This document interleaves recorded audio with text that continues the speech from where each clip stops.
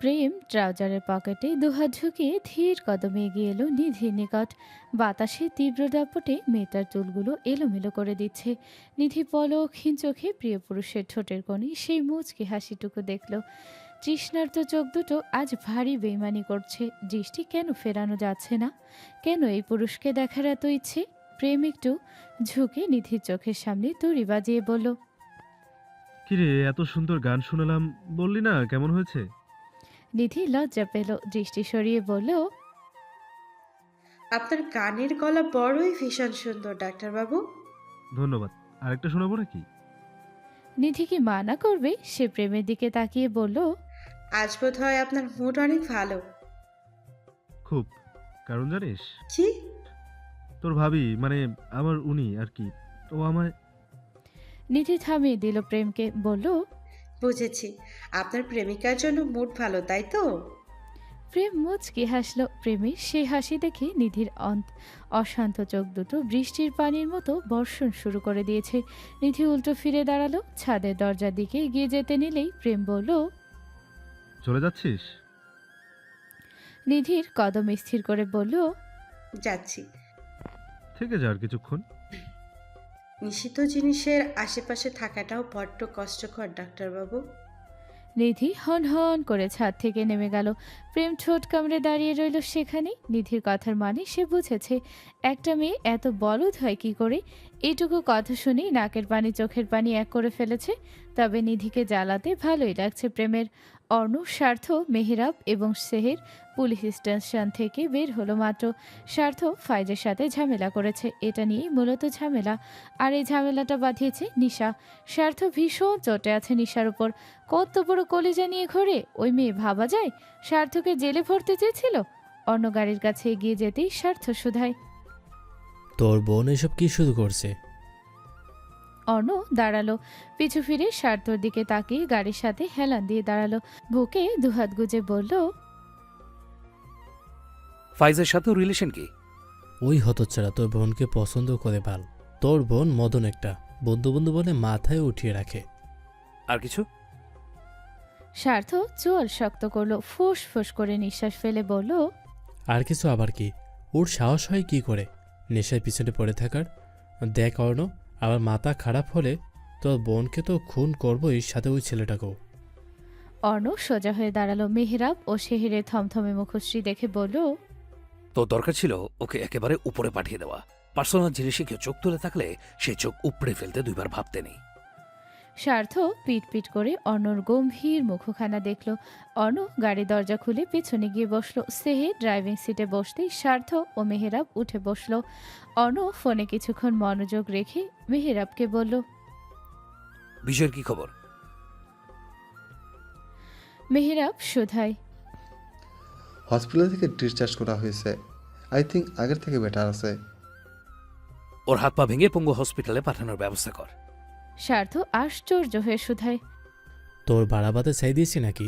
ওর পিছনে লাগছিস কেন? সেটা তোর মতো গর্ধ বুঝলে তো হতোই। স্বার্থ মুখ বন্ধ রেখে সোজা হয়ে বসলো। শালার একটা জীবন পেয়েছে, সুখ শান্তি কিচ্ছু নেই। মেহেরাব দীর্ঘশ্বাস ফেলে বলল, তোর বাবা ওর বাবার সাথে বর্তমানে ডিলে আছে, ভালো করে জানিস। এখন কোনো ঝামেলা করলে তোদের কোম্পানির ক্ষতি হবে, তাও কোটি কোটি টাকা। যা বলেছি সেটা কর। অর্ণ, যা বলেছি সেটাই কর। মেহেরাব আর কথা বলল না। গাড়ি এসে থামলো প্রেমের হসপিটালের সামনে। অন্যরা নেমে এলো গাড়ি থেকে। 7 তলার 134 নম্বর রুমে এলো ওরা। প্রেম আগে থেকেই উপস্থিত সেখানে। স্বার্থ ফাইজের পাশে এসে বসলো। ফাইজ ভীত চোখে স্বার্থকে দেখে প্রেমকে বলল, ডক্টর, এই লোক গুন্ডা মস্তানি করে বেড়ায়, প্লিজ এদের বের করুন কেবিন থেকে। প্রেম চোখ ছোট ছোট করে সবার দিকে তাকালো। স্বার্থ ফাইজের দুগাল টেনে দিয়ে দাঁত চিবিয়ে বলল, খোকা, তোর ডোজ দেওয়া কি কম হয়ে গেছে? পীড়িত করে আবার তোমার নেশা ডার্লিংকে কেন বলতে গেলে এসব? ফাইজ শুধাই, আপনাকে আমি চিনি না ভাইয়া, আপনি নেশার কারণে আমার সাথে ঝামেলা কেন করছেন? আমি তোর বাপ হতচ্ছাড়া, আর নিশা তোর মা। এবার বোঝ কেন ঝামেলা করছি। প্রেম নার্সকে বাহিরে যেতে বলে শুধাই, স্বার্থ ভাই, এটা হসপিটাল, মাস্তানি করার জায়গা না।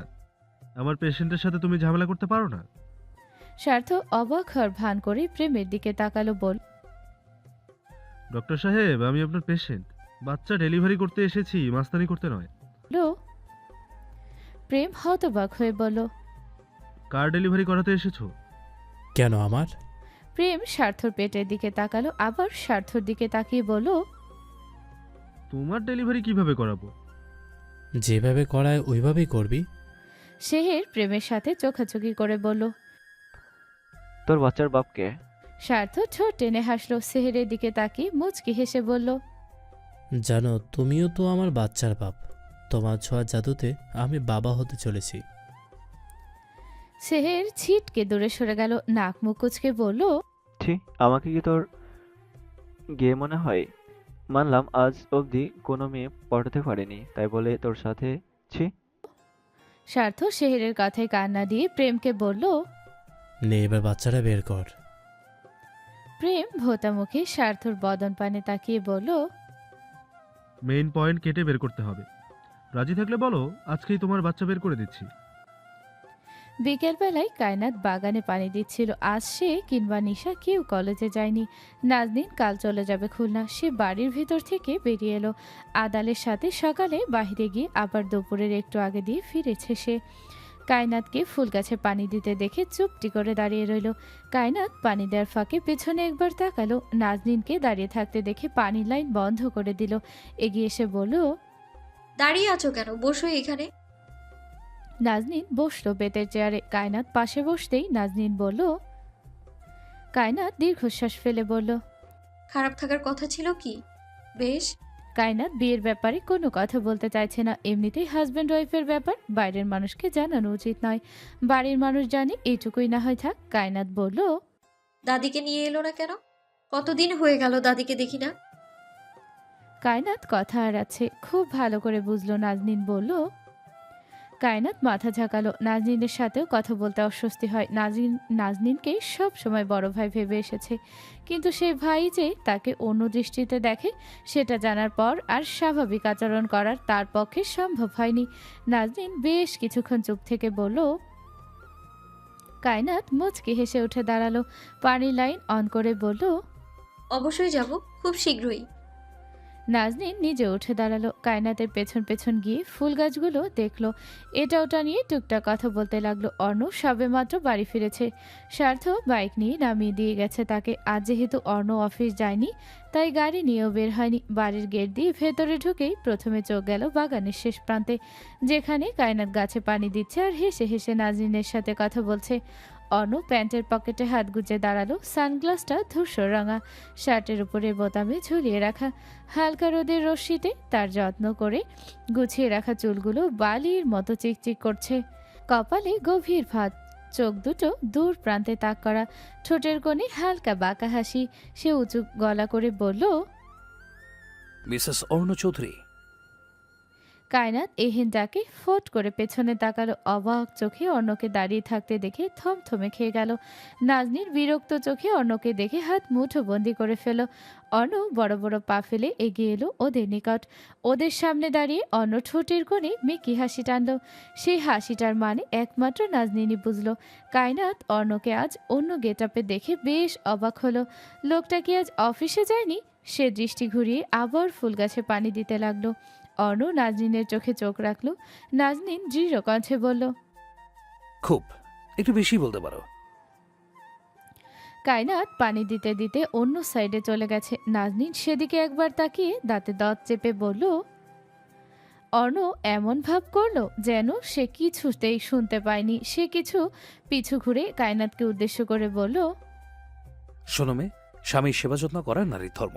তোমার স্বামী এই মুহূর্তে ভীষণ ক্লান্ত, তোমাকে তার দরকার। ঘরে এসে দেখা করে যাও। অর্ণ হন হন করে বাড়ির ভেতর ঢুকে গেল। কায়নাত থম মেরে কিছুক্ষণ দাঁড়িয়ে রইল সেখানে। অর্ণকে তার গণিতের মতো কঠিন মনে হয়। কিছুতেই সে গণিতের উত্তর বের করতে পারে না। তেমনি অর্ণকেও সে এক বিন্দুও বোঝে না। লোকটা অদ্ভুত, একটু বেশি অদ্ভুত। এই ভালো আবার এই খারাপ। সে পানির লাইন বন্ধ করে বাড়ির দিকে হাঁটা ধরল। নাজনীন শুধু নিষ্পলক চোখে দেখে গেল সব। তার ব্যথা হচ্ছে বুকের বাঁ পাশটায়, ভীষণ কষ্ট হচ্ছে। আগে যদি জানতো ভালোবাসা এত কষ্ট, তাহলে হয়তো ভালোবাসার নামটাও মুখে আনতো না। যেখানে পা পিছলে একবার পড়েই গেছে, সেখানে থেকে উঠবার আর কোনো উপায় আছে? তবে বর্তমানে এই নারী তার জন্য নিষিদ্ধ। সে চায় কায়নাত ভালো থাকুক, খুব ভালো থাকুক, অর্ণর কাছে সুখ পেলে তার কাছেই থাকুক, কিন্তু পূর্ণ অধিকারে। কায়নাত গুটি গুটি পায়ে কফির কাপ নিয়ে অর্ণর ঘরে প্রবেশ করলো। অর্ণ সোফায় বসে কিছু কাগজপত্র ঘাঁটছিল। কায়নাত রুমে আসতেই সে গম্ভীর কণ্ঠে বলল, কাম হিয়ার। কায়নাত অর্ণর সামনে আসতেই কফির কাপটা এগিয়ে দিল। অর্ণ কফি নিতে নিতে আর চোখে একবার তাকালো কায়নাতের বদন পানে, বলল, নাজনীন ভাই আপনাকে পছন্দ করে সেটা আপনি জানেন ম্যাডাম? অর্ণ কফির কাপ টি টেবিলের উপর রাখলো। কায়নাত নিশ্চুপ হয়ে দাঁড়িয়ে রইল। কি উত্তর দিবে? সে তো জানে না নাজনীন নামক লোকটা তাকে ভালোবাসে। অর্ণ উত্তর না পেয়ে উঠে দাঁড়ালো। প্যান্টের পকেটে হাত গুজে কায়নাতের মুখোমুখি হয়ে দাঁড়ালো। মেয়েটা বুদ্ধিতে ও লম্বায় সব দিক দিয়ে পিচ্ছি। এই যে অর্ণ তার সামনে দাঁড়িয়েছে, কায়নাতকে সে দেখতেই পাচ্ছে না। চোখ নিচে রেখে তারপর তার মোটা মাথাটুকু দেখতে পাচ্ছে। অর্ণ ফোঁস করে নিঃশ্বাস ফেলল। কায়নাতের থুতনি ধরেই চোখে চোখ রেখে বলল, ইউ নো নাজনীন ভাই লাইকস ইউ। কায়নাত অর্ণর চোখের দিকে বেশিক্ষণ তাকিয়ে থাকতে পারল না, চোখ বন্ধ করে ফেলল সে। অর্ণ মেয়েটার আনন পর্যবেক্ষণ করে নরম কণ্ঠস্বরে বলল, পবিত্র থেকে পাপী হতে যাবেন না, মনে রাখবেন অর্ণ চৌধুরী এখনো আপনার নামের সাথে যুক্ত আছে। নিশা বাহিরে বের হয়েছে তার কিছু দরকারি জিনিস কিনতেই, মূলত বাড়ি থেকে বের হওয়া। আয়মানকে বলেছিল এনে দিতে, কিন্তু সে পিসি নিয়েই ব্যস্ত। আল্লাহ জানে সারাদিন এই গেম খেলে লাভ হয় কি। অর্ণ এবং বিজয় যেই মার্কেটের সামনে সেদিন ঝামেলা করেছিল, ওই মার্কেটে এসেছে সে। কেনাকাটা করতে আধা ঘন্টার মতো লাগলো। বের হওয়ার আগে ছোট সাইজে 3টা আইসক্রিম বক্স কিনে নিল। মার্কেট থেকে বের হতেই দেখা মিলল স্বার্থ ঠোঁটে সিগারেট জ্বালিয়ে বাইকের সাথে হেলান দিয়ে দাঁড়িয়ে আছে। কালো খয়েরি রঙের চেক শার্ট আর কালো রঙের প্যান্ট পরে এক যুবক দাঁড়িয়ে আছে। নিশা চোয়াল শক্ত করলো। সে টি শার্ট আর একটা কার্গো ফিট প্যান্ট পরেছে, সাথে একটা ওড়নাও। ওই যে মুখ ঢেকে বের হবে, এই লোককে সে নিজের চেহারাও দেখাতে চায় না। নিশা সিঁড়ি বেয়ে নেমে অন্য পাশে হাঁটা ধরল। হঠাৎ করে স্বার্থর উৎফুল্ল কণ্ঠস্বর শুনতে পেয়ে পা থেমে গেল। শুকনো ঢোক গিলে পিছনে তাকাতেই দেখতে পেল এক অতি সুন্দরী নারীর সাথে হেসে হেসে কথা বলছে। মেয়েটার হাতে কিছু শপিং ব্যাগ। স্বার্থ সেগুলো নিজের কাছে নিয়ে বলল, তুমিও না পাগল জানো, এইখানে আসবে আগে বলবে না? তাহলে আমি তো তোমাকে নিয়ে আসতে পারতাম। মেয়েটা মুচকি হেসে বলল, তোমার কষ্ট হবে ভেবে আর বলিনি, জানলে কি করে আমি এখানে আছি? ডার্লিং, তুমি যেখানে যাও না কেন সেইখানে এই স্বার্থ হাজির। মেয়েটা শব্দ করে হেসে উঠল। স্বার্থ বাইকে উঠতেই সে পেছনে বসে স্বার্থর কাঁধে হাত রাখলো। নিশার সামনে দিয়ে স্বার্থ বাইক নিয়ে বেরিয়ে গেল সেখান থেকে। নিশার মনে হচ্ছে কেউ তার বুকের ভেতর হাত ঢুকিয়ে হৃৎপিণ্ডটা ছিঁড়ে মুচড়ে বের করছে। সে ঘন ঘন শ্বাস ফেলল। গাল বেয়ে গড়িয়ে পড়ছে চোখের পানি। স্বার্থ তাহলে তাকে ভালোবাসে না? সব কিছুই নাটক ছিল। একবারের জন্য ফিরে তাকালো না স্বার্থ। নিশা বাড়ি ফিরে এলো সন্ধ্যার আগ দিয়ে। বাড়ি ফিরে দেখলো নুসরাত চুপচাপ বসে আছে ড্রয়িং রুমে। নিশা আইসক্রিমগুলো ফ্রিজে রেখে বোনের পাশে এসে বসলো। নুসরাত অন্যমনস্ক হয়ে থাকায় নিশাকে খেয়াল করেনি। ও পাশে বসতেই চমকে উঠল। নিশা বলল, ভয় পেয়েছিস? কি ভাবছিলি এমন করে? নুসরাত শুকনো ঢোক গিল, দুপাশে মাথা নাড়িয়ে বলল, কিছু হয়নি। তোর মুখটা এমন শুকনো শুকনো লাগছে কেন? নিশা বোনের কোলে মাথা রেখে শুয়ে পড়ল, বলল, আপু, ভালোবাসি এত ব্যথা কেন? নুসরাত বোনের চোখের কোণায় পানি দেখল, দীর্ঘশ্বাস ফেলে মাথায় হাত বুলিয়ে বলল, ভালোবাসায় যেমন ব্যথা আছে, ঠিক তেমনই সুখও আছে। তবে কিছু ক্ষেত্রে আমরা মানুষ চিনতে ভুল করি। যারা আমাদের ভালোবাসে তাদের কাছে ধরা না দিয়ে যারা আমাদের অপশন হিসাবে বেছে নেয় তাদের পায়ের কাছে গিয়েই পড়ে থাকি। আমরা কেন মানুষ চিনতে পারি না? গোটা একটা জীবন পার হয়ে গেলেও মানুষ চেনা বড্ড বেশি কঠিন। আমার কষ্ট হচ্ছে আপু। নিশা বোনের পেটে মুখ গুজে ডুকরে উঠল। নুসরাত মাথায় হাত বুলিয়ে শান্ত কণ্ঠে বলল, স্বার্থ ভাই কিছু বলেছে? নিশা কাঁদতে কাঁদতে বলল, সে আমায় ভালোবাসে না আপু, আমায় কেন ভালোবাসলো না? ভালোবাসা সবসময় মুখে প্রকাশ করলেই কেন বুঝতে হবে সে আমায় ভালোবাসে? ভালোবাসা অনুভব করার জিনিস। মুখে তো অনেকেই বলে ভালোবাসি, তাই বলে কি সবাই ভালোবাসে? নিশা কোনো জবাব দিল না। সবকিছু যন্ত্রণা মনে হচ্ছে, পুরে ছাড়খাড় হয়ে যাচ্ছে সব। আজ নাজনীন চলে গেছে, তার কাজ আছে। হাসান একা সব সামলাতে পারছে না বলেই তার এত তাড়া। ঘণ্টাখানিক আগে দুপুরের আজান দিয়েছে। কায়নাত গোসল সেরে নামাজ আদায় করে নিল। দাদির কল এসেছিল। দাদি বললেন এই মাসে খুলনা গিয়ে দেখা করে আসতে। কায়নাত দাদির সাথে আজ বেশ অনেকক্ষণ কথা বলেছে। সব কিছু অশান্তি লাগছে, সব থেকেও যেন নেই। স্বামী ছাড়া স্বামীর সংসার কি সে করছে?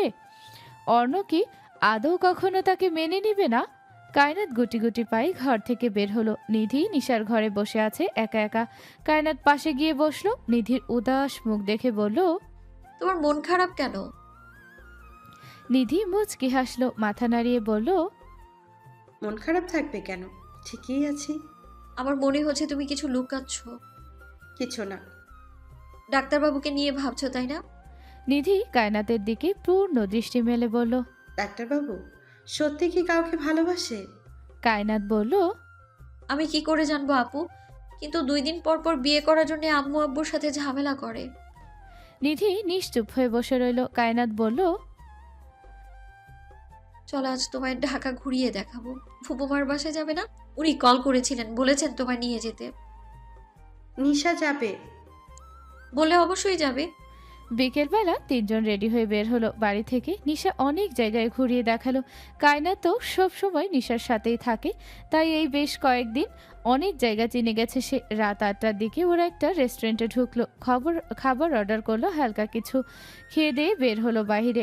আজ ফুপির বাসায় যাওয়া হলো না। বেশি রাত করলে বেহরুজ বেগম বকাঝকা করবেন। মাশফিক চৌধুরীর অফিসের সামনে ওরা। এখন তো মাশফিক চৌধুরী এবং অর্ণর বাড়ি ফেরার সময়। নিশা বলল, বাবা আর ভাইয়ের সাথেই আজ না হয় বাড়ি যাওয়া যাবে। নিশারা অফিসের 13 নম্বর ফ্লোরে এলো। এই ফ্লোরে মাশফিক চৌধুরী অফিস রুম। কায়নাত এই ফ্লোরে আসেনি আগে কখনো। নিশা ওদের নিয়ে মিটিং রুমের পাশ দিয়ে মাশফিক চৌধুরীর অফিস রুমে যাচ্ছিল। দেখলো মাশফিক চৌধুরী এখনও মিটিং রুমে বিজি। ওরা অফিস রুমে গিয়ে বসলো। খানিকক্ষণ পর অর্ণ ব্যস্ত পায়ে অফিস রুমে ঢুকে বলল, বাবা, বলতে বলতে সামনে তাকিয়ে কায়নাতদের দেখে থমকে গেল। কপালে ভাঁজ ফেলে নিশাকে বলল,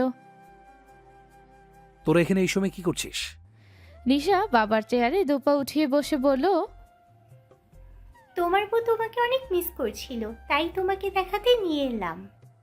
অর্ণ গাম্ভীর্য বজায় রেখে বলল, এত রাতে বাড়ি থেকে বের হয়েছিস কেন? বললাম তো। অর্ণ ধমকে উঠল, বলল, বেশি সাহস হয়েছে তোর? নিশা চুপসে গেল। কায়নাত একদম চুপ হয়ে বসে রইল, একটা টু শব্দ অব্দি করল না। অর্ণ কায়নাতের দিকে আর চোখে তাকিয়ে বিরক্তকর নিঃশ্বাস ফেল। এত রাতে বের হয়েছে এরা, অথচ এদের বিন্দুমাত্র ধারণা নেই কত শকুন এদের গিলে খাওয়ার জন্য ফাঁদ পেতে বসে আছে। নতুন দিনের সূচনা ঘটেছে। ভোর সকালে পাখিদের মিষ্টি স্বর ভেসে আসছে জানালা ভেদ করে। কায়নাত আড়মোড় ভেঙে উঠে বসলো বিছানায়। আজ ফজরে উঠতে পারেনি সে। পাশে তাকিয়ে দেখলো নিশা আর নিধি নাক ডেকে ঘুমাচ্ছে একে অপরকে জড়িয়ে ধরে। কাল রাতে বাড়ি ফেরার পর বেহরুজ বেগম অনেক বকেছেন তিনজনকে।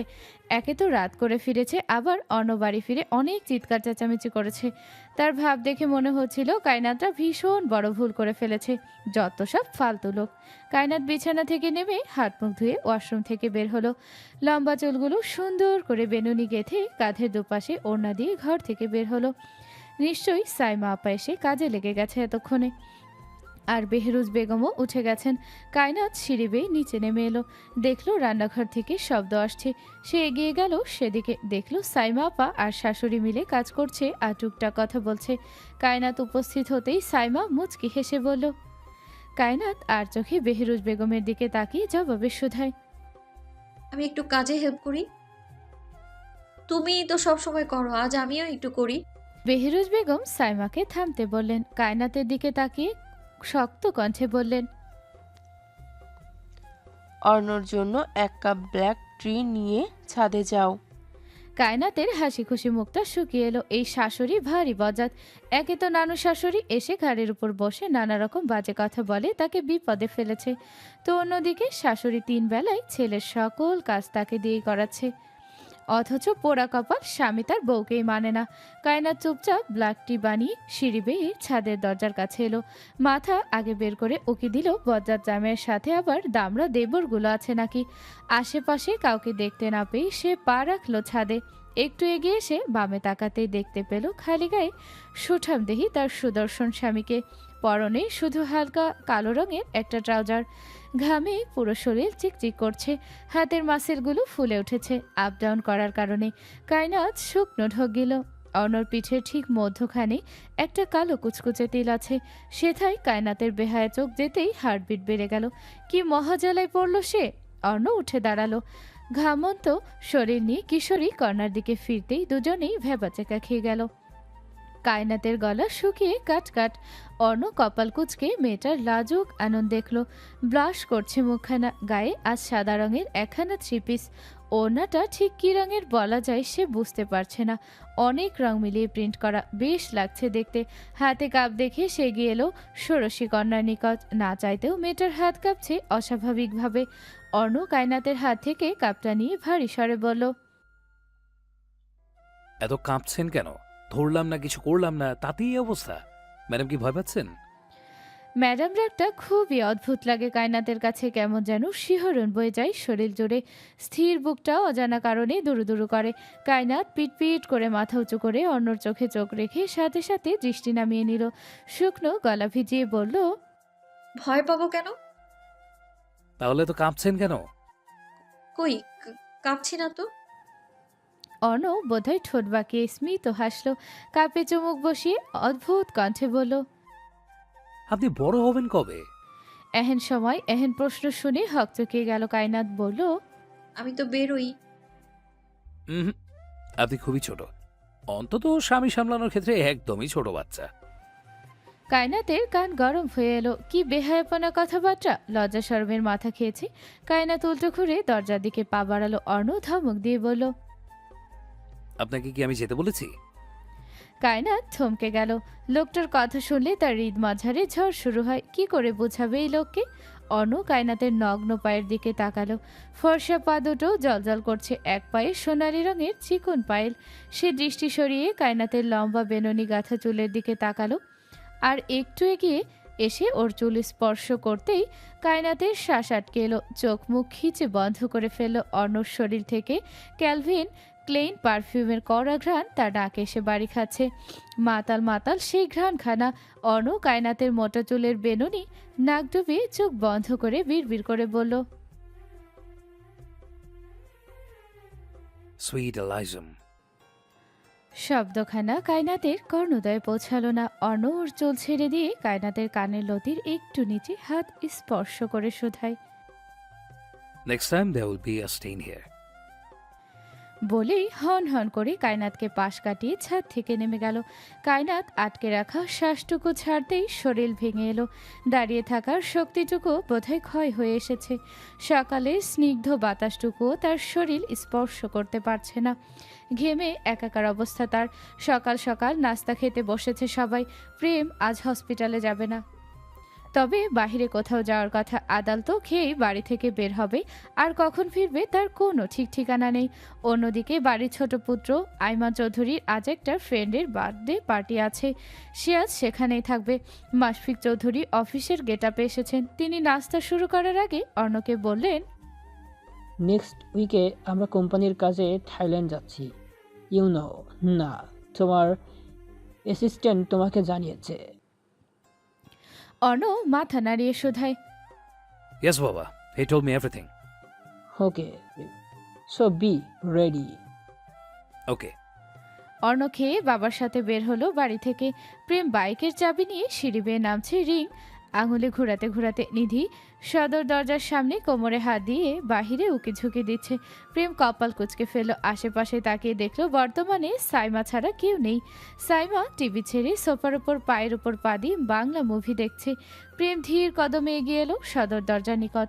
সে নিধির মতোই বাহিরে উকি মেরে দেখার চেষ্টা করলো নিধি ঠিক কি দেখছে এভাবে। বাহিরে তো প্রেমের বাইক ছাড়া কিছু নেই, তাহলে মেয়েটা এমন করে কি দেখছে? প্রেম সোজা হয়ে খুক খুক করে কেসে উঠল। নিধি চমকে পিছু ফিরে প্রেমকে দেখে ভ্যাবাচাকা খেয়ে গেল। হালকা হাসার চেষ্টা করে হাসতে পারল না। প্রেম ভ্রুযুগল নাচিয়ে সন্দিহান কণ্ঠে বলল, কি দেখছিলি অমন করে? তোর তো স্বভাব খারাপ নিধি, উকি ঝুঁকি দিয়ে আবার মানুষের ইজ্জত ফালুদা বানিয়ে দিস না। নিধি মুখ বাঁকালো প্রেমের কথা শুনে, দরজা থেকে সরে দাঁড়িয়ে বলল, একটা ছেলেকে ভীষণ ভালো লেগেছে বুঝলে, তাকে আমার মনে ধরেছে। প্রেম পিটপিট করে নিধির আনন পর্যবেক্ষণ করলো। মেয়েটা লাজুক হাসছে। প্রেম শান্ত কণ্ঠে বলল, কোন ছেলে? ওই যে চৌধুরী বাড়ির অর্ণ ভাইয়ের বন্ধু গেল না একবার, নাম কি যেন আমার ঠিক মনে নেই। স্বার্থ ভাই? জানি না, নাম তো শুনিনি ঠিক করে। প্রেম ধীর স্বরে বলল, যা, ওই ছেলের সাথেই তোর বিয়ে দিব। সে বাড়ির বাহিরে গিয়ে বাইক স্টার্ট করেই বেরিয়ে গেল দৃষ্টির আড়াল হতে। নিধি দীর্ঘশ্বাস ফেল। লোকটা এমন কেন? অনুভূতি বুঝতেই পারে না। নিশি, নিধি আর কায়নাত এসেছে সুরঞ্জনার বাড়ি। সোহানা বেগম ওদের সাথে বসেই কথা বলছেন। বেহরুজ বেগম কল করেছিলেন খানিকক্ষণ আগে। সোহানা বেগমকে বলেছেন আগামী শুক্রবার তাদের দাওয়াত। বিয়ের এতদিন হয়ে যাওয়ার পরও কারোর বাড়ি কারোর যাতায়াত হয়নি। হবে কি করে? একটার পর একটা ঝামেলা তো লেগেই আছে। সুরঞ্জনা ভার্সিটি গেছে, বাসায় মুনিয়া মায়ের সাথে, আর ফুফু অফিসে। সোহানা বেগম নিধিকে বললেন, তোমার মায়ের সঙ্গে কথা হয়েছিল আমার কয়েকদিন আগে, বলেছেন তুমি ঢাকা আসবে। আমি কায়নাতকে বলেছি নিধি আসলেই আমার বাসায় নিয়ে আসবি, কিন্তু দেখো ও কি করেছে। নিধি মুচকি হেসে বলল, ওর দোষ নেই আন্টি। যাই হোক, আজ তোমরা আমার বাসায় থাকবে। আমি কায়নাতের শাশুড়ির সঙ্গে কথা বলেছি। কায়নাত বিছানায় চিত হয়ে শুয়ে পড়ল। শর্ট টেনে বলল, আমার কোনো সমস্যা নেই ফুপুমা। সোহানা বেগম ঘর থেকে বের হলেন দুপুরের খাবার বানানোর জন্য। নিশা কায়নাতের পাশে শুয়ে ফোন চোখের সামনে ধরল। বোধহয় কোনো কিছুর অপেক্ষায় আছে সে। নিধি সেটা খেয়াল করছে কালকে রাত থেকে। নিশা ফেসবুকে ঢুকে স্বার্থর প্রোফাইলে ঢুকলো। পিন পোস্টের নিচের পোস্ট দেখে পলকহীন চোখে তাকিয়ে রইল সেদিকে। ওই দিনের মেয়েটার সাথে পাশাপাশি বসা একটা ছবি ডাউনলোড করেছে স্বার্থ। দুজনের ঠোঁটে চমৎকার হাসি। ক্যাপশনে লিখেছে সি পার্টনার। নিশা ধরফরিয়ে উঠে বসলো। ওর দেখা দেখি কায়নাতও উঠে বসলো। বিচলিত হয়ে বলল, কি হলো তোমার? নিশা কায়নাতের সামনে ফোন ধরে বলল, এটা স্বার্থ ভাই না? কায়নাত ছবিখানা দেখে মাথা নাড়িয়ে বলল, হ্যাঁ। নিশা ফুস ফুস করে নিঃশ্বাস ফেলল। ঠোঁট উল্টে কাদো কাদো মুখ করে বলল, বলো, বেইমান একটা। পাশের মেয়েটা অনেক সুন্দর, কে এটা? নিশা চোখ পাকিয়ে তাকালো। কায়নাতের দিকে তাকিয়ে বলল, তুমি আমার শত্রু? ও মা, আমি তোমার শত্রু হতে যাব কেন? এই মেয়েকে তোমার কোন দিক দিয়ে সুন্দর মনে হয়? হ্যাঁ, পেতনি পেতনি দেখতে, আবার বলছো সুন্দর। নিশা মুখে কথা বলেও আবার আর চোখে ফোনের দিকে তাকালো। মেয়েটা আসলেই সুন্দর, একটু বেশি সুন্দর। স্বার্থর সাথে বেশ লাগছে দেখতে। নিশা ফোন বন্ধ করে ফেলল। হামাগুড়ি দিয়ে বিছানা থেকে নেমে দাঁড়ালো। জামা ঠিক করে কায়নাতকে বলল, ঘন্টা খানিকের মধ্যে ফিরে আসবো। বলতে দেরি, ঘর থেকে বেরিয়ে যেতে দেরি হলো না। কায়নাত ও নিধি হতভম্ব হয়ে আনন্দ দেখা দেখি করলো। নিধি কায়নাতকে বলল, এই স্বার্থ কোনটা রে? কায়নাত জবাবে বলল, প্রেম ভাইয়ার সাথে যে সব সময় ঝগড়া করে ওই ভাইয়া। ওই যে নিশাকে সব সময় জ্বালায় উনি? হুম। গুলশান চৌরাস্তায় এসেছে প্রেম। একজন পেশেন্টের বাসা এখানে। তাফেল সাহেবকে দেখতে এসেছে প্রেম। আগের থেকে বেশ ভালো কন্ডিশন ওনার। হিয়া প্রেমকে বাবার ঘরে নিয়ে এলো। তাফেল সাহেব আজশোয়া হয়ে বসে আছেন। প্রেমকে দেখে মুচকি হেসে বললেন। প্রেম মুচকি হেসে জবাব দেয়, জি আঙ্কেল, আল্লাহ ভালো রেখেছেন। আপনার কি খবর? হিয়া প্রেমের জন্য একটা ট্রেতে করে হালকা নাস্তা নিয়ে এলো। হিয়ার সাথেও টুকটাক কথা হলো প্রেমের। আধা ঘন্টা পর প্রেম উঠে দাঁড়ালো। তাফেল সাহেব বললেন, অবশ্যই আসবো। হিয়া প্রেমের সাথে মেন গেট অব্দি এলো। প্রেম বাইকে উঠে হিয়ার দিকে তাকালো। হিয়া মুচকি হেসে বলল, আবার দেখা হবে। জি। নিশা স্বার্থর বাসায় এসেছে মাত্র। বাড়িতে এসে দেখলো মার্কেটের সেই মেয়েটা ড্রয়িং রুমে বসে আছে। নিশাকে দেখে স্বার্থর মা ব্যস্ত হলেন। নিশাকে পরিচয় করিয়ে দিলেন মেয়েটার সাথে, স্বার্থর মামাতো বোন আলিশা। নিশা মুচকি হেসে পরিচিত হলো। স্বার্থর মা সেখান থেকে সরতেই আলিশা শুধায়, তুমি অন্য ভাইয়ার বোন তাই না? জি। ও, এখানে স্বার্থর সাথে দেখা করতে এসেছো বুঝি? শরীরটা জ্বলে যাচ্ছে বারে বারে এই মেয়ের মুখে স্বার্থর নাম শুনে। সে রাগ সংযত করে ঠোঁটে জোরপূর্বক হাসি টেনে বলল, হ্যাঁ, তার সাথেই দেখা করতে এসেছি। আচ্ছা, আমি ডেকে নিয়ে আসছি, তুমি বসো। সমস্যা নেই, আমি নিজে গিয়ে দেখা করে আসতে পারবো। নিশা উঠে দাঁড়ালো। আলিশা চোরা চোখে নিশাকে দেখলো। তারও বোধহয় সহ্য হচ্ছে না নিশাকে। নিশা হন হন করে উপরে উঠে এলো। শরীরটা জ্বলে পুড়ে ছারখার হয়ে যাচ্ছে। এই মেয়ে আর স্বার্থ একই বাড়িতে থাকছে ভাবলেও ভীষণ রাগ হচ্ছে। নিশা দরজায় জোরে জোরে বাড়ি দিল। মনে হচ্ছে সব রাগ দরজায় ঢালছে। স্বার্থ এসে দরজা খুলে দিতেই নিশা হুড়মুড়িয়ে ঘরের ভেতর প্রবেশ করলো। স্বার্থর বুকে জোরে কয়েকবার ঘুষি মেরে চিৎকার করে বলল, তুই একটা বেঈমান, খারাপ ফাজিল লোক। স্বার্থ হতবাক হয়ে নিশার দুহাত শক্ত করে আঁকড়ে ধরে। নিশা রেগে ফায়ার হয়ে আছে। চোখ গরম করে স্বার্থর দিকে তাকাতেই স্বার্থ ধমক দিয়ে উঠল। What nonsense!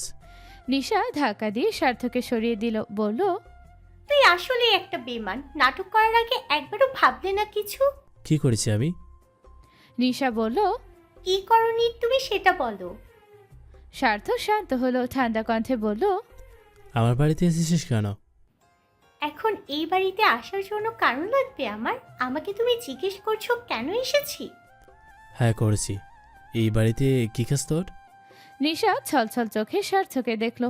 শুকনো ঢোক গিলে কাপা কণ্ঠে বলল, আমাকে তুমি কারণ দেখাচ্ছ আজ? স্বার্থ ভাই রূপের এত পাওয়ার আগে জানা ছিল না। আজ রূপবতীর অভাব হচ্ছে না আশেপাশে, তাই না? নিশা পেছন দিকে না দেখে পা রাখলো। ঘরে প্রবেশ করলো আলিশা। নিশাকে কাঁদতে দেখে ভ্রুকুটি করে স্বার্থ রাগান্বিত বদন পর্যবেক্ষণ করলো। সে কাটা গায়ে লবণ দেওয়ার জন্য স্বার্থর নিকট এগিয়ে গেল। স্বার্থর হাত ধরে বলল, তুমি চিৎকার করছো কেন স্বার্থ?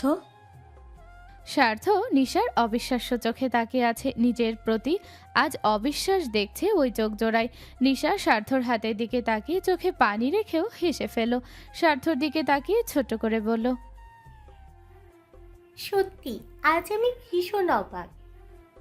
নিশা বেরিয়ে গেল ঘর থেকে। স্বার্থ ঝাড়া মেরে আলিশার হাত সরিয়ে দিয়ে ধমক দিয়ে বলল, হাত ধরেছে কোনো তুমি? আলিশা শুধায়, তুমি চিৎকার করছো কেন? সেটা তোমাকে বলতে বাধ্য নই আমি। স্বার্থ বেরিয়ে গেল ঘর থেকে। বাড়ির বাহিরে যেতে যেতেই নিশা চলে গেছে। স্বার্থ নাক মুখ কুচকে ফেলল। এত জেদ এই মেয়ের বলার বাহিরে। বেশি কথা শুনিয়ে ফেললো নাকি? বাচ্চা মেয়ে আবার দেখা গেল আকাম করে বসবে। স্বার্থ সেহেরকে কল করে চৌধুরী বাড়ি যেতে বলল। সেহের যেতে পারবে না বলে জানিয়েছে। স্বার্থ নিজেই বের হলো। চৌধুরী বাড়ি গিয়ে দেখলো নিশা নেই। আর আজ সে বাড়িও ফিরবে না। পরে জানতে পারলো কায়নাতের ফুপুর বাসায় গেছে ওরা। স্বার্থ প্রেমকে কল করলো। প্রেম চৌধুরী বাড়ি চলে গেছে। স্বার্থ দেখলো প্রেমের বাইক এদিকে এগিয়ে আসছে। সে কল কেটে দিল। প্রেম বাইক থেকে নেমে স্বার্থর কাছে এগিয়ে এলো। ফোন চেক করে বলল, জি क्या हुआ? আমার বাল হওয়া। প্রেম নাক মুখ কুচকে ফেললো। স্বার্থ বলল, তোর বালের বোন কি আসলে মানুষ? আমার বোন তোমার চুল ছিঁড়তে গিয়েছিল নাকি? মাথা গরম, ফাইজলামি করিস না। প্রেগন্যান্সির সময় এমন একটু একটু হয়, ব্যাপার না। স্বার্থ দাঁতে দাঁত চাপলো। বলল, তোর ভাবির ফুপুমার বাসা কই? ভাবির ফুপুর বাসা দিয়ে তোমার কাজ কি? প্রেম আমাকে রাগাস না। বেশি বাড়াবাড়ি করলে তোর দমটা না বাজিয়ে ফেলবো। সোহানা বেগম রান্নার কাজে ব্যস্ত। মুনিয়া মায়ের সাথে টুকটাক কাজে হাত লাগাচ্ছে। নিশা বাড়ি ফিরেই চুপ করে বিছানার এক কোনায় বসেছে, না কারোর সাথে কথা বলছে আর না স্বাভাবিক আচরণ করছে। কায়নাত গালে হাত দিয়ে নিশাকে পরখ করছে কপাল কুঁচকে। হলো কি এই মেয়ের? রেগে মেগে বাড়ি থেকে বের হলো আর একদম শান্ত হয়ে ফিরল। কায়নাত ঘাটল না বেশি, বিছানা থেকে নেমে ঘরের বাইরে এলো সে। বিশাল বড় ফ্ল্যাট ফুপুদের, 5টা বেডরুম এই ফ্ল্যাটে। কায়নাত রান্নাঘরের দিকে এগিয়ে গেল, দেখলো ফুপুমা চুলায় তরকারি নাড়ছে আর মুনিয়া নিচে বসে সালাদ বানাচ্ছে। হঠাৎ করে কলিং বেল বাজায়। সোহানা বেগম রান্নাঘরের দরজার দিকে তাকালেন। কায়নাতকে দেখে ব্যস্ত হয়ে বললেন, দেখ তো কে এলো।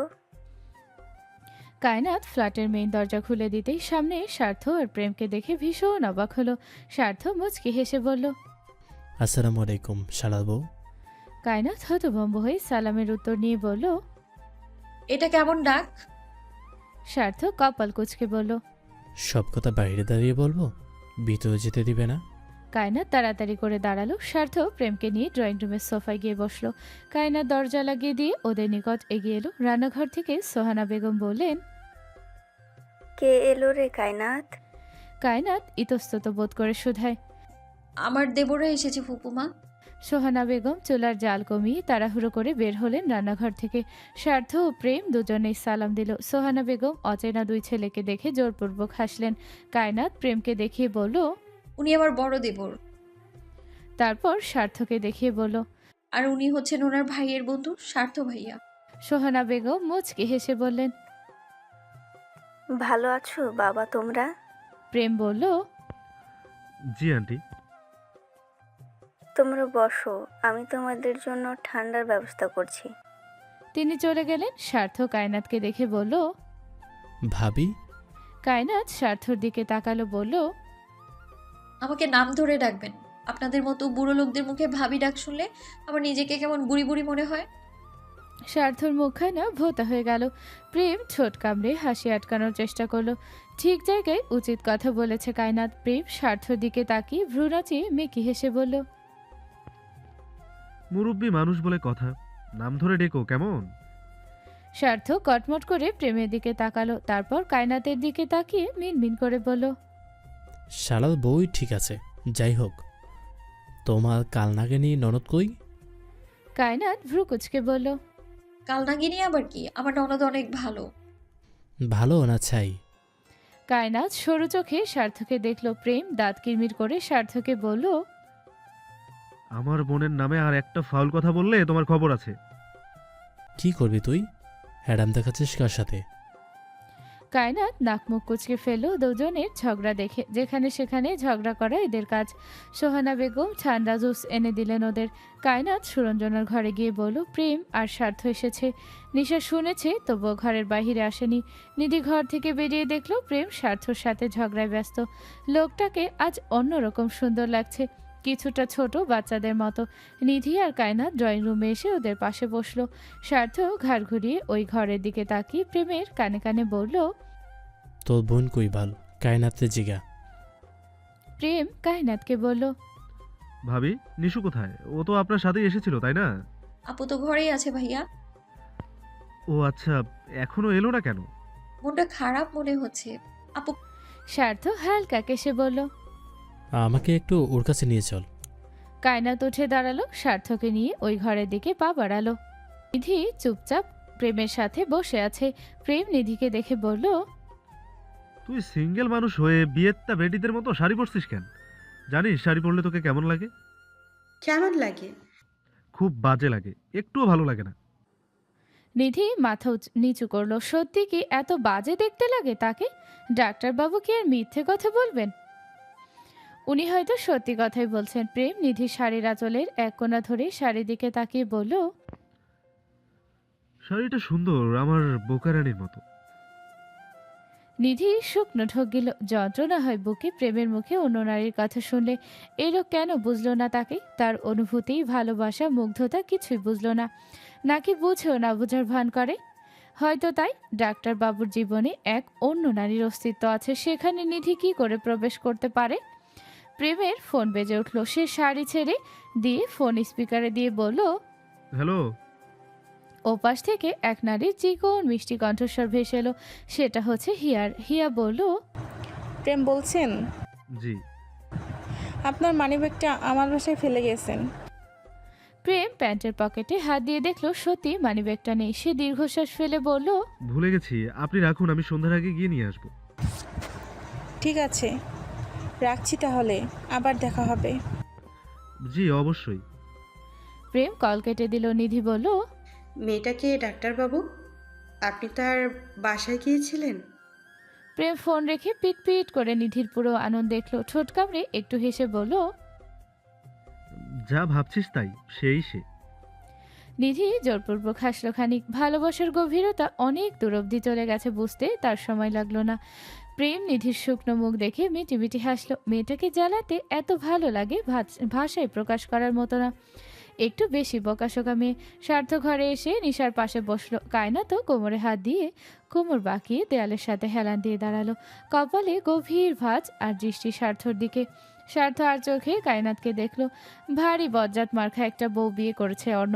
বাচ্চা মেয়ে বিয়ে করলে যা হয়, ঘটে কিছু নেই। স্বার্থ দীর্ঘশ্বাস ফেলে নিশাকে বলল। নিশু। নিশা বলল, আমার চোখের সামনে থেকে চলে যাও, এখানে এসেছো কেন? স্বার্থ শুকনো ঢোক গিল নিশার খড়খড়ে কণ্ঠস্বর শুনে। সে আদুরে কণ্ঠে বলল, চল আজ তোকে নিয়ে ঘুরে আসি। কে আপনি? আপনি আমাকে চেনেন? আমাকে নিয়ে আপনি ঘুরতে যাবেন কেন? নিশা সোজা স্বার্থর চোখে চোখ রেখে বলল। স্বার্থ নিশার তেরা জবাব শুনে দাঁত কিরমির করে বলল, উল্টাপাল্টা কথা বলে আমার মেজাজ বিগড়াবি না। নিশা হাত জড়ো করে বলল, দয়া করে অন্য জায়গায় গিয়ে নাটক করো স্বার্থ ভাই, আমাকে মুক্তি দাও। আমার ধারের কাছে এসো না তুমি। তোমাকে আমার সহ্য হয় না, বুঝতে পারছো না? আমার চোখের সামনে কোনোদিনও এসো না। নিশা ভীষণ রেগে গেছে। একটু আগে সে শান্ত মেয়েটা রাগে কাঁপছে। স্বার্থ অপলক দৃষ্টিতে মেয়েটাকে দেখলো। শুকনো ঠোঁট ভিজিয়ে কায়নাতকে বলল, কায়নাত একটু বাইরে যেতে পারবে? নিশা কায়নাতকে কড়া গলায় বলল, তুমি এই ঘর থেকে কোথাও যাবে না। যদি যাও কোনোদিন আমার সাথে কথা বলবে না তুমি। স্বার্থর আগে চর শক্ত করলো। হাত মুঠোবন্দি করে উঠে দাঁড়ালো। কিছুক্ষণ চুপ থেকে নিশার দিকে তাকিয়ে রইল। মন চাচ্ছে থাপড়ে গালগুলো ফাটিয়ে ফেলতে। একে তো দোষ করবে, আবার রাগও দেখাবে। স্বার্থ চেয়েছিল মেয়েটা নিজের ভুল বুঝুক, স্বার্থকে বুঝুক, তার অনুভূতিগুলো অনুভব করুক। কিন্তু না, নিশা তার উল্টো কাজ করে যাচ্ছে। তবে তাই হোক, নিশা যা চায়। স্বার্থ হনহন করে ঘর থেকে বেরিয়ে গেল।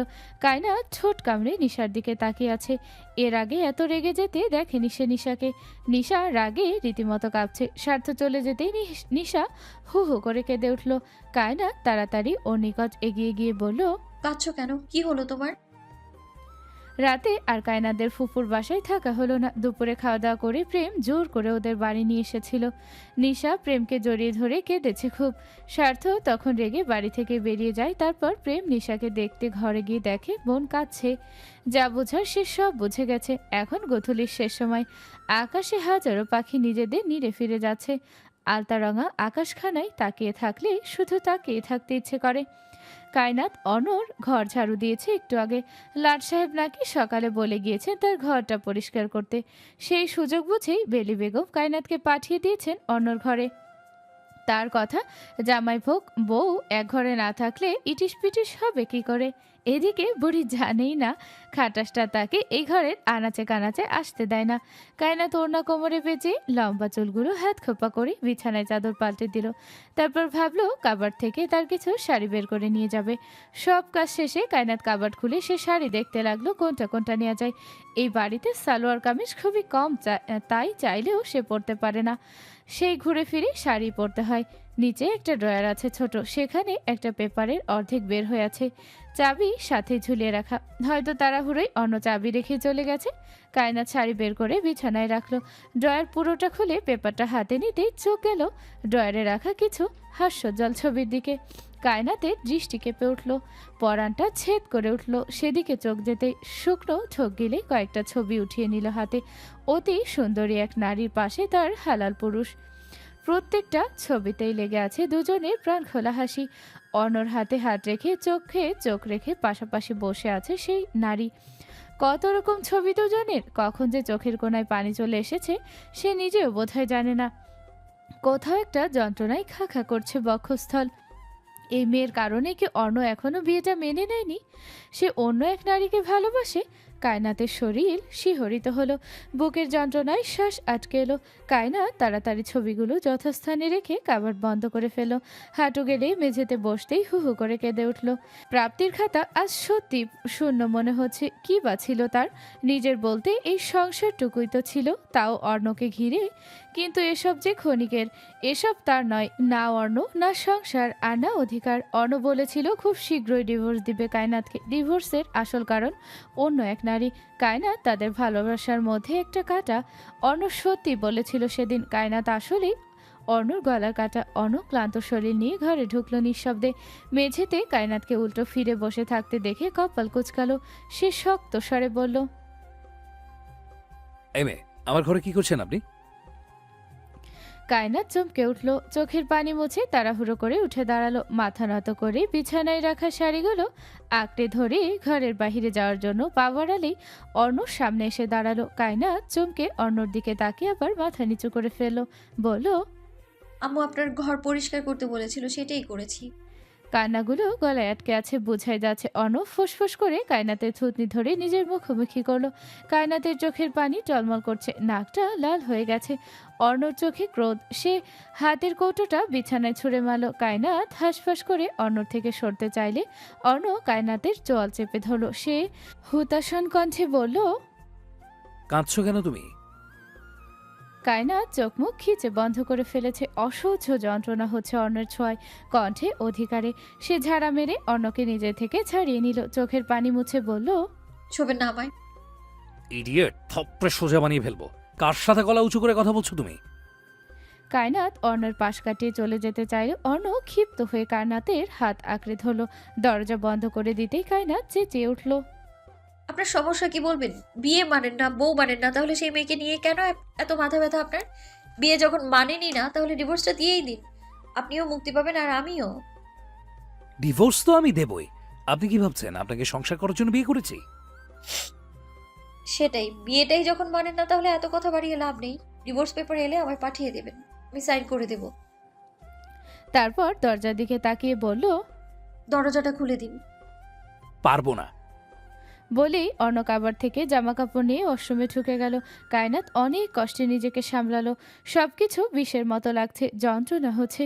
নিজের বলতে আর কিছুই রইল না। অন্তত একটা আশা ছিল, অর্ণ একদিন না একদিন তাকে মেনে নিবে, ভালোবাসবে। কায়নাত শাড়িগুলো বিছানার উপর রেখে বারান্দায় গেল। শীতল বাতাস তার সর্বাঙ্গে স্পর্শ করতেই আনন্দে গড়িয়ে পড়ল দু ফোঁটা জল। সে ভেবেছিল নিজেদের একটু সময় দিবে, কিন্তু এত বড় একটা সিদ্ধান্ত নিতে হবে কখনো কল্পনাতেও ভাবেনি। আজ বড্ড মায়ের কথা মনে পড়ছে। মানেই আজ বছর খানেক হতে চলল। মা সবসময় কায়নাতের মাথায় আদুরে হাত বুলিয়ে বলতেন, বুড়ি, তুই একদিন অনেক সুখী হবি দেখিস। আজ কায়নাতের চিৎকার করে বলতে ইচ্ছে করছে, দেখো মা, পৃথিবীর সব থেকে সুখী মানুষ আমি। আমার মতো সুখী মানুষ এই পৃথিবীতে কখনো না জন্মাক। এমন সুখ কারো না হোক। তুমি দেখছো মা, তোমার শুভ কত সুখে আছে। সুখ জিনিসটাই বোধহয় ষোড়শী কন্যার জন্য নিষিদ্ধ। এই দুনিয়ায় জন্ম নেওয়াটাই চরম পাপ হয়েছে। জন্ম নিয়ে বাপকে মারলো, বিয়ের আগে মাকে, আর বিয়ের পর স্বামীকে। সুখটা কোথায়? সে চাইলেও তো কোথাও যেতে পারবে না। চৌধুরী বাড়ির বড় কর্তা তাকে কিনে এনেছিলেন। যাদের কাছে সে বিক্রি হয়েছে তাদের রেখে কোথায় যাবে? মা বেঁচে থাকলে বোধহয় এত সুখ কপালে থাকতো না। সুখের সাগরে এমনভাবে ভেসেছে যে ডাঙায় উঠতে পারছে না। কায়নাত চোখের পানি মুছে ঠোঁটের কোণায় হালকা হাসি টানলো। আকাশের দিকে তাকিয়ে সব থেকে বেশি জ্বলজ্বল করতে থাকা তারাটার দিকে তাকিয়ে বলল, এত সুখ আমার কপালে লেখা ছিল, আমি জানতাম না মা। সুখগুলো বুকের ভেতরটা ছিন্ন ভিন্ন করে ছাড়খাড় করে দিচ্ছে। তুমি দেখতে পাচ্ছ তোমার মেয়ে কত সুখে আছে। বয়সের আগে ভীষণ বড় হয়ে গেলাম আমি। তোমার মেয়ের বিয়ে হয়েছে, ছোট একটা সংসার হয়েছে, কিন্তু স্বামী সংসার কিছুই তার নয়। কেন মা? আমারও তো ইচ্ছে হয় সংসারের। আমি কেন সব পেয়েও কিছুই পেলাম না? আমার কি আছে এই পৃথিবীতে? আমি যে আমারও না। আজ শুক্রবার, মাঝে কেটে গেছে দুদিন। সকালে নাস্তা শেষ করেছে সবাই একটু আগে। বেহরুজ বেগম, বেলি বেগম ও মাশফিক চৌধুরী বসে আছেন ড্রয়িং রুমে। আপাতত আশেপাশে কেউ নেই। সাইমা বাগানে গেছে নুসরাতের সাথে। মাশফিক চৌধুরী হতাশার স্বরে আফসোস করে বলতেন, বুঝলে বেহরোজ, ছেলেটাকে বিয়ে দিয়ে বোধহয় ভুল করলাম। কায়নাত মেয়েটা অনেক ছোট, বুঝ হয়নি এখনো। অন্য চাইছে ওকে ছেড়ে দিতে, কিন্তু এটা কি করে সম্ভব বলো? 2 গ্রাম সাক্ষী রেখে ওদের বিয়ে দিয়েছি, আর ডিভোর্স দিলে মেয়েটা কোথায় যাবে? মির্জা বাড়ি তো কখনোই যেতে পারবে না। আর রইল চৌধুরী বাড়ি, সেখানেও শান্তিতে থাকতে পারবে না। কি করব কিছুই বুঝতে পারতেছি না। মেয়েটার মুখ দেখলে আমার অনেক মায়া হয়। বুক চিরে বেরিয়ে এলো চাপা নিঃশ্বাস। বেহরুজ বেগম মন দিয়ে স্বামীর কথা শুনলেন। অর্ণকে তিনি পেটে ধারণ করলেও তার সন্তানকে বুঝতে পারা ভীষণ কষ্টকর তার জন্য। পড়শির ব্যাপারটা ক্লোজ হওয়ার পর থেকে ছেলেটা বিয়ে নামক জিনিসটা নিয়ে একটু বেশি ডিস্টার্ব। তাহলে কি অর্ণ এখনো পড়শিকে নিয়ে ভাবে? বেহরুজ বেগম বেশি মাথা ঘাটাতে পারলেন না। তিনি চাইছে না এই বিষয়ে ভাবতে, কিংবা অর্ণর ডিভোর্সের ব্যাপার নিয়ে তিনি দীর্ঘশ্বাস ফেলে শুধান, অর্ণর সাথে তোমার কথা হয়েছে? হ্যাঁ, ডিভোর্স চাই। ও ম্যাচিউর একটা ছেলে হয়ে কি করে এমন একটা ডিসিশন নিতে পারে? সেটা তোমার ছেলেকে গিয়ে জিজ্ঞাসা করো। বেহরুজ বেগম অস্থির হয়ে চোখ বুঝলেন। ছেলেটাকে নিয়ে তিনি কি করবেন? বিয়ের আগে একবারের জন্য তাকে জানানো হয়নি তাদের বিয়ে দেওয়া হবে, তাহলে হয়তো কিছু করলেও করা যেত। কিন্তু এখন ঘরে অর্ণর বিয়ে করা বউ উপস্থিত। খানিকক্ষণ পর কায়নাত নেমে এলো সিঁড়ি বেয়ে। শ্বশুর শাশুড়ি সামনে এগিয়ে আসতেই বেলি বেগম তার পাশে বসালেন তাকে। মাশফিক চৌধুরী হেসে বললেন, কিছু বলবে মা? কায়নাত মাথা ঝাঁকিয়ে বলল, সকালে আমার ফুপুমা কল করেছিলেন, আম্মুকে কল দিয়েছেন, আম্মু নাকি কল রিসিভ করেনি। বেহরুজ বেগম তাড়াহুড়ো করে উঠে দাঁড়ালেন, বললেন, ফোন তো আমার কাছেই নেই, বসো আমি ঘর থেকে নিয়ে আসছি। বেহরুজ বেগম হুড়হুড় করে উপরে উঠে গেলেন। মাশফিক চৌধুরী বললেন, কেন কল করেছিলেন? হুট করে কাল সিদ্ধান্ত নেওয়া হয়েছে সুরঞ্জন আপুর বাগদান হবে শুক্রবারে, অনুষ্ঠান করা হবে, তাই আম্মুকে কল দিয়েছিলেন। আজ বোধহয় আপনাদের ও বাড়ি যেতে হবে। আজ যাবো কেন? ফুপুমা আম্মুকে কল করে আজ যেতে বলেছেন। মাশফিক চৌধুরী দীর্ঘশ্বাস ফেললেন। বেহরুজ বেগম কথা বলে নিচে নেমে এলেন। কায়নাত বাগানে গিয়ে দেখলো নুসরাত সাইমার সাথে বসে বসে গল্প করছে। বাড়ির দারোয়ান ফোনে গান ছেড়ে গান শুনছে। সে এগিয়ে গেল নুসরাতের কাছে। নুসরাত কায়নাতকে দেখে পাশে বসতে বলল। কায়নাত বসলো, গায়ের ওড়না ঠিক করে, আর চোখে পুরো বাগানে চোখ বুলিয়ে কপাল কুঁচকে বলল, বাগানে পানি দিয়েছে কে আপু? সাইমা দাঁত বের করে গদগদ করে বলল, মালি রাখা হয়েছে বড় ভাবি, আপনি জানেন না? মালি রাখা হয়েছে? কবে? কে রাখলো? বড় ভাই রাখছে। কায়নাত অবাক হলো ভীষণ। অর্ণ লোক রেখেছে, তাও আবার এই কাজের জন্য? লোকটা তো ফুল পছন্দই করে না। কায়নাত দীর্ঘশ্বাস ফেলে নুসরাতের শুকিয়ে যাওয়া আনন পানে তাকিয়ে বলল, আপু তুমি ঠিক আছো? দিন দিন এমন শুকিয়ে কেন যাচ্ছ? নিজের যত্ন না নিলে বাবু ভালো থাকবে কি করে? নুসরাতের ঠোঁটে ক্লান্তির হাসি। সে ধীর কণ্ঠে বলল, আমি ঠিক আছি। সাইমা মাঝে হাত ঢুকিয়ে ফট করে বলল, মিথ্যা কথা কও কেন বড় আপা? তুমি যে তোমার জামাইরে দেখছো কালকে এর লাইগা কান্না করতেছো, এইটা তো আমি নিজের চোখে দেখছি। নুসরাত ধমকে উঠল আকস্মিক, চোখ রাঙিয়ে বলল, এখান থেকে যা সাইমা। কায়নাত হতভম্ব হয়ে তাকালো নুসরাতের দিকে। নুসরাত না বলল, বাবা মারা গেছে? তাহলে তাকে দেখলো কি করে নুসরাত? সাইমা একা একা বকবক করতে করতে চলে গেল। নুসরাত মাথা চেপে ধরে বসে আছে। কায়নাত শুষ্ক ঠোঁট ভিজিয়ে বলল, তুমি আমার থেকে সত্যি কেন লুকিয়েছো আপু? নুসরাত বেশ কিছুক্ষণ চুপ রইল। নিজের পেটে হাত রেখে ফুপিয়ে উঠল। কায়নাত নুসরাতের কাঁধে হাত রেখে বলল, কাঁদছো কেন? আমি নুসরাত আস্তে বলল, আমাকে প্লিজ কিছু জিজ্ঞেস করো না, আমি তোমার প্রশ্নের উত্তর দিতে পারবো না। কায়নাত তার কথা বাড়ালো না। সবার ব্যক্তিগত জীবন আছে, সে যদি শেয়ার না করতে চায় তাহলে কায়নাত জোর করতে পারে না। সকাল 11:24 দিকে বাড়ির সামনে একজন লোক এলো বড় একটা বাক্স নিয়ে। দারোয়ান এসে বাড়িতে জানালো এই খবর। আদাল আর আইমান গিয়ে নিয়ে এলো বক্সটা। কায়নাতের নামে এসেছে এই বক্স। সবাই অবাক, বিশেষ করে কায়নাত।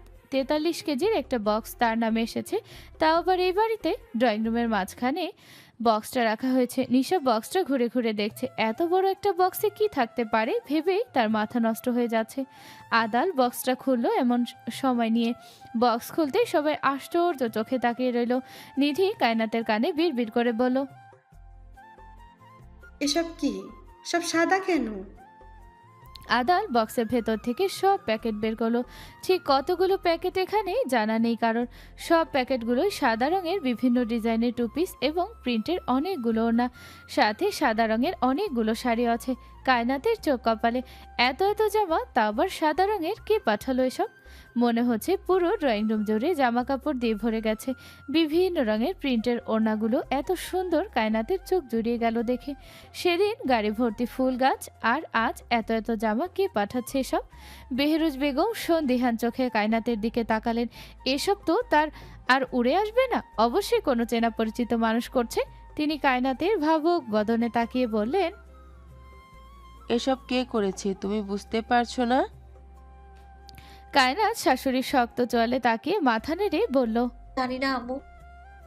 দুপুরে সবাই বাড়ির ছেলেরা নামাজ শেষে আসতেই খাবার দিলেন বেহরুজ বেগম। অর্ণর পাশে নিশা বসেছে। সে ভাইকে বারে বারে খোঁচাচ্ছে। অর্ণ বিরক্ত হয়ে কপাল কুঁচকে নিশার দিকে তাকালো। নিশা ছোটে হাসি টেনে ভ্রু নাচিয়ে ভাইকে আরও বিরক্ত করলো। অর্ণ দাঁতে দাঁত চেপে বলল, থাপ্পড় খেতে ইচ্ছে করছে তোর? নিশা কাশলো খানিক। ভাইয়া বলছিলাম কি, আমার পেটে তো কথা জমিয়ে রাখতে পারি না। অর্ণক দীর্ঘশ্বাস ফেলে বলল, এখন কি চাই তোর? টাকা টাকা টাকা লাগবে। কত? 20 দিলেই হবে। সবার খাওয়া দাওয়া শেষ হতেই যে যার ঘরে চলে গেছে। আজ সুরঞ্জনাদের বাড়িতে দাওয়াত থাকলেও বেহরুজ বেগম বলেছেন আগামী শুক্রবারেই যাবেন। বিকেলবেলা কায়নাত ছাদে এসেছিল জামা কাপড়গুলো নিতে। জামা কাপড়গুলো একত্রিত করে সে সিঁড়ি বেয়ে যখন নিচে নেমে আসছিল, তখন ড্রয়িং রুম থেকে অপরিচিত কোনো রাগী কণ্ঠস্বর শুনল সে।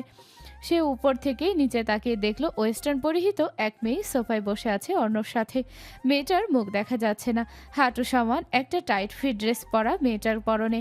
কায়নাতের শরীর জ্বলে উঠল। অর্ণর সামনে অন্য একটা মেয়ে শরীর বের করে বসে আছে, আর ওই লোকটাও মেয়েটার সাথে বসে বসে গল্প করছে। কায়নাত জামা কাপড়গুলো নিশার ঘরে রেখে তাড়াতাড়ি সিঁড়ি বেয়ে নিচে নামলো। বেহরুজ বেগমও এতক্ষণে উপস্থিত হয়েছেন। কায়নাত নিচে নামতেই দেখতে পেল অর্ণর সাথে ছবিতে থাকা সেই মেয়েটাকে। কামড়ে ধরল হৃদগহীনে থাকা অবদ্ধ অনুভূতিগুলোকে। মেয়েটার মুখে দারুণ হাসি, অর্ণর বদন গম্ভীর। কায়নাত পড়শির দিকে তাকিয়ে রইল কিছুক্ষণ। মেয়েটা অনেক সুন্দর, তার ধারের কাছেও কায়নাত যেতে পারবে না। আজ এই মেয়ে বাড়িতেও চলে এসেছে। পড়শি বেহরুজ বেগমের সাথে কথা বলতে বলতে হঠাৎ করে কায়নাতের দিকে তাকালো। কায়নাতকে কয়েক পলক দেখে হাত দিয়ে ডেকে উঠল, বলল, এই মেয়ে শোনো, আমার জন্য এক গ্লাস পানি নিয়ে এসো। অর্ণ ও বেহরুজ বেগম দুজনেই পেছনে তাকালেন। কায়নাতকে দাঁড়িয়ে থাকতে দেখে বেহরুজ বেগম চটজলদি ছেলের দিকে তাকালেন। অর্ণ শান্ত চোখে কায়নাতের দিকে তাকিয়ে আছে। কায়নাত কি করবে বুঝতে পারছে না। পড়শি আবার ধমক দিয়ে বলল, কানে কি কম শোনো? বললাম না আমার জন্য এক গ্লাস পানি নিয়ে আসতে। Just shut up, Porsche. How dare you talk to her like that? Arna উঠে দাঁড়িয়েছে, চোর শক্ত করে পড়শির দিকে তাকিয়ে আছে। পড়শি আশ্চর্য হয়ে বলল। অর্ণ বুকে দুহাত গুজে চোখ ছোট ছোট করে বলল। পড়শি উঠে দাঁড়ালো, দাঁত চেপে বলল, তুমি আমার সাথে চেঁচাচ্ছ অর্ণ? তুমি ওর সাথে এইভাবে কথা বললে কেন? So hot. কে এ মেয়ে? যে ঘাটের পানি খাচ্ছ সেই ঘাট আমি নিজে বানিয়েছি। আমাকে কি তোমার দুধের বাচ্চা মনে হয়? তাহলে এই মেয়ে সে? অর্ণ কায়নাতের দিকে তাকালো। কায়নাত ফেল ফেল করে অর্ণর দিকে তাকিয়ে তার কথা শুনছিল। অর্ণ না এই মেয়েকে ভালোবাসে, তাহলে এমন করে কথা বলছে কেন?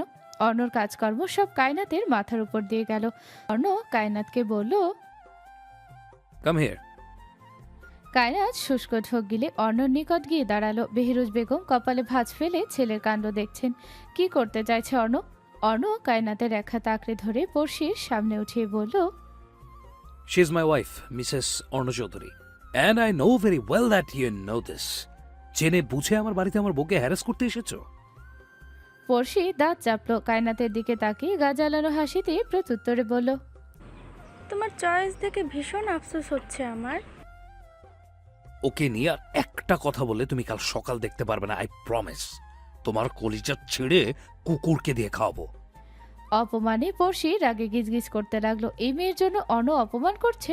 বেহরুজ বেগম পরিস্থিতি বুঝে পড়শিকে শক্ত গলায় শুধান, তুমি তোমার লিমিটে থাকো পড়শি।